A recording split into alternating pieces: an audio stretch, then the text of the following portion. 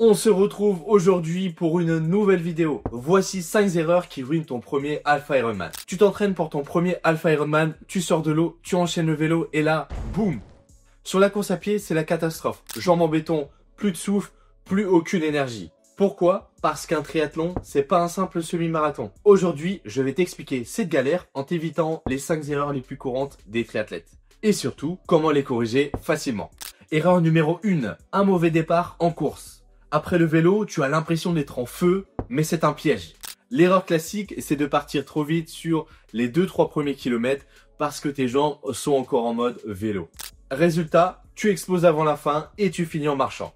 Voici comment éviter ça. En numéro 1, règle des 5 minutes. Force-toi à courir 10 à 15 secondes plus lentement que ton allure cible. En numéro 2, pratique les transitions vélo plus course ou appelées brick session pour t'entraîner à courir sous fatigue après le vélo. En numéro 3, utilise ta montre pour ne pas te laisser emporter par l'adrénaline. Erreur numéro 2, un volume de course insuffisant.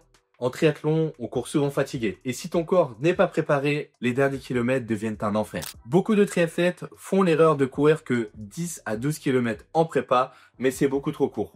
Pour habituer ton corps à la fatigue, fais des sorties longues jusqu'à 2 heures à très faible intensité pour une préparation Alpha Ironman. Ajoute des courses après le vélo pour simuler la fatigue d'un triathlon. Par exemple, 1 heure de vélo avec différentes allures, plus 45 minutes avec aussi différentes allures en course à pied. Mais tu peux aussi faire 1 heure de vélo tranquille, plus 45 minutes de course à pied tranquille. Évite les trop longues sorties, que ce soit 3 heures de vélo plus 2 heures de course à pied. Ce sera beaucoup trop traumatisant. Et augmente progressivement la distance chaque semaine, plus 6 à 8% pour les séances de vélo et de course à pied, en fonction de la préparation de ton triathlon. Erreur numéro 3, mal gérer l'intensité à l'entraînement. Trop de triathlètes courent leurs sorties longues trop vite et leurs séances d'intensité trop lentement. Résultat, fatigue, stagnation et pas de progression en course à pied. Corrige ça avec un entraînement structuré.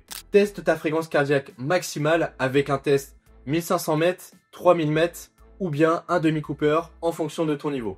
En 2, détermine tes zones via un calculateur. Détermine tes zones de travail avec un calculateur. Je te mets le lien en description. Applique la règle des 80-20. 80% de tes runs doivent être en zone 1 ou en zone 2 et 20% doivent être en zone 4 ou 5. Et si tu veux un plan d'entraînement structuré pour réussir ton premier Alpha Ironman, je t'invite à réserver un appel stratégique avec moi. Je te mets le lien juste en bio. Ensemble, on va analyser ton entraînement, on va identifier les axes d'amélioration et construire un plan d'action adapté à ton niveau et tes objectifs. Erreur numéro 4, négliger le renforcement musculaire. Après 90 km de vélo, tes jambes sont déjà fatiguées et si ton corps n'est pas assez fort, tu vas souffrir en course. Beaucoup de triathlètes négligent le renforcement musculaire alors que c'est essentiel pour éviter les douleurs et les blessures. Ajoute 30 minutes de renforcement musculaire avec des squats et des fentes pour renforcer les quadriceps et les fessiers, du gainage dynamique pour éviter tout effondrement en fin de course, et des exercices de proprioception et de pliométrie pour avoir un gain sur la course à pied, le vélo et la natation. Erreur numéro 5, mauvaise gestion de la nutrition. Tu vas beau avoir le meilleur plan d'entraînement, si tu te plantes sur la nutrition, tu vas exploser en course. Et c'est encore plus vrai en triathlon où tu arrives déjà fatigué après le vélo. La semaine du triathlon et pendant le triathlon, voici ce que tu dois faire. J-7 à J-5,